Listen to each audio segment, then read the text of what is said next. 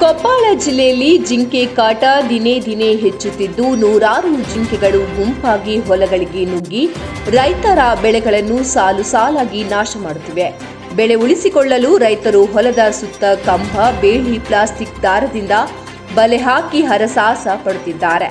ಆದರೂ ಜಿಂಕೆಗಳ ಕಾಟ ತಪ್ಪಿಲ್ಲ. ಬೆಳೆ ರಕ್ಷಣೆಗಾಗಿ ಹಗಲಿರುಳು ನಿದ್ದೆ ಬಿಟ್ಟು ರೈತರು ಹೊಲದಲ್ಲಿ ಗುಡಿಸಲು ಹಾಕಿಕೊಂಡು ಕಾವಲು ಕಾಯ್ತಿದ್ದಾರೆ.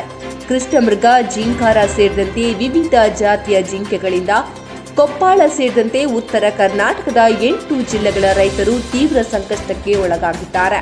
ಈ ಸಮಸ್ಯೆಯನ್ನು ಚಳಿಗಾಲ ಅಧಿವೇಶನದಲ್ಲಿ ಚರ್ಚಿಸಿ ಉತ್ತರ ಕರ್ನಾಟಕದಲ್ಲಿ ಕನಿಷ್ಠ ಒಂದಾದರೂ ಜಿಲ್ಲೆಯಲ್ಲಿ ಜಿಂಕೆ ವನ ನಿರ್ಮಿಸಬೇಕು ಎಂದು ರೈತ ಸಂಘದ ಮುಖಂಡರು ಆಗ್ರಹಿಸಿದ್ದಾರೆ.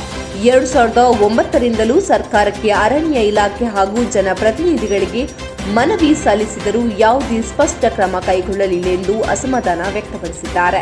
ಸೂಕ್ತ ಬೆಲೆ ಪರಿಹಾರ ನೀಡಬೇಕು ಅಥವಾ ಜಿಂಕೆ ವನ ನಿರ್ಮಿಸಬೇಕು, ಇಲ್ಲವಾದಲ್ಲಿ ಮುಂದಿನ ದಿನಗಳಲ್ಲಿ ಉಗ್ರ ಹೋರಾಟ ನಡೆಸುವುದಾಗಿ ರೈತರು ಸರ್ಕಾರಕ್ಕೆ ಎಚ್ಚರಿಕೆ ನೀಡಿದ್ದಾರೆ.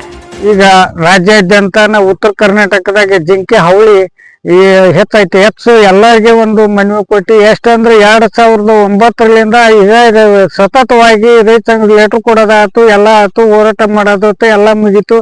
ಈಗ ಜಿಂಕೆ ಏನಾಗತ್ತ ಅಂದ್ರೆ ಕೆಲವೊಬ್ರು ಜಿಂಕೆ ಹಾವಳಿ ಸಲುವಾಗಿ ರೈತರು ಹೊಲ ಅದನ್ನ ಬಿಟ್ರೆ ಇಲ್ಲ ಕೆಲವೊಬ್ರು ಹೊಲ ಕಾಯಕ ಶಾಲಿ ಹುಡ್ರನ್ನ ಏನೈತಿ ಇವತ್ತು ಬಂದ್ಗಳೇನ ಶಾಲೆಯಿಂದ ಬಿಟ್ಟು ಶಾಲೆ ಯಾವಾಗ ಬಿಡ್ತಿ ಅಂತ ಕಾಯ್ಕಂತ ಶಾಲೆ ಬಿಟ್ಟುಗಳೇನ ಜಿಂಕೆ ಕಾಯಕ್ ಹೊಲ ಕಳಿಸ್ತಾರ.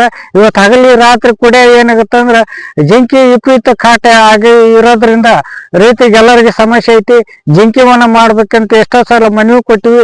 ಇವಾಗ ಬೆಳಗಾವಿ ದೇಶದಲ್ಲಿ ಚರ್ಚೆ ಮಾಡ್ರಿ ಅಂತ ಹೇಳಿದ್ರು. ಅವರು ಇನ್ನು ಇವತ್ತಿಗೆ ಎಷ್ಟೋ ವರ್ಷ ಆದ್ರೂ ಯಾರು ವಿಧಾನಸಭೆಯಲ್ಲಿ ಚರ್ಚೆ ಮಾಡಿಲ್ಲ.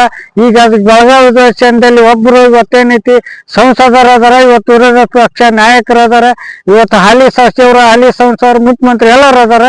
ಇವತ್ತು ಏನ ಬೆಳಗಾವಿ ದೇಶದಲ್ಲಿ ಚರ್ಚೆ ಮಾಡಿ ಜಿಂಕಿ ವನ ನಿರ್ಮಾಣ ಮಾಡೋಂತ ವ್ಯವಸ್ಥೆ ರಾಜ್ಯ ಸರ್ಕಾರ, ಕೇಂದ್ರ ಸರ್ಕಾರ ಎರಡೂ ಸರ್ಕಾರ ಸೇರಿ ಮಾಡ್ಬೇಕಂತ ಹೇಳಿ ನಾನು ರೈತ ಸಂಘದ ರಾಜ್ಯ ಉಪಾಧ್ಯಕ್ಷ ಈ ಮಾಧ್ಯಮ ಮೂಲಕ ನಮ್ಮ ಮನವಿ ಮಾಡ್ತೀನಿ. ಧನ್ಯವಾದ.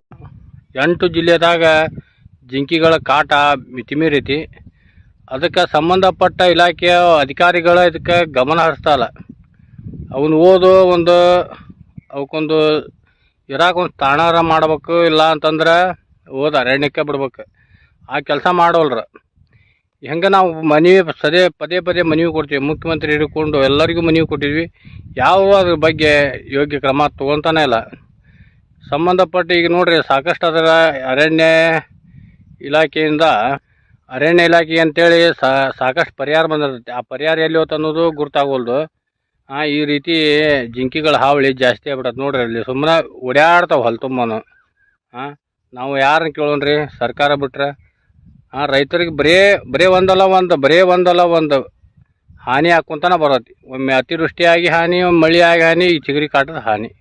ಹೀಗಾಗಿ ರೈತ ಸಹಾಯಕತನ ರೈತನ ಉಳಿಸ್ಬೇಕಂದ್ರೆ ಶೀಘ್ರ ರೈತರಿಗೆ ಯೋಗ್ಯ ಪರಿಹಾರ ಸರ್ಕಾರ ಘೋಷಣೆ ಮಾಡ್ಬೇಕಂತೇಳಿ ನಾ ಈ ಮೂಲಕ ಸರ್ಕಾರಕ್ಕೆ ಒತ್ತಾಯ ಮಾಡ್ಕೊತೀನಿ. ನಮ್ಮ ಹೆಸರು ಬಸವರಾಜ್ ಯೋಗಪ್ಪನವರು. ಬ್ಯೂರೋ ರಿಪೋರ್ಟ್, ದೊಡ್ಡಬಸಪ್ಪ ಹಾಕಾರಿ, ಜನತಾ ಟೈಮ್ಸ್ 7 ಕೊಪ್ಪಳ.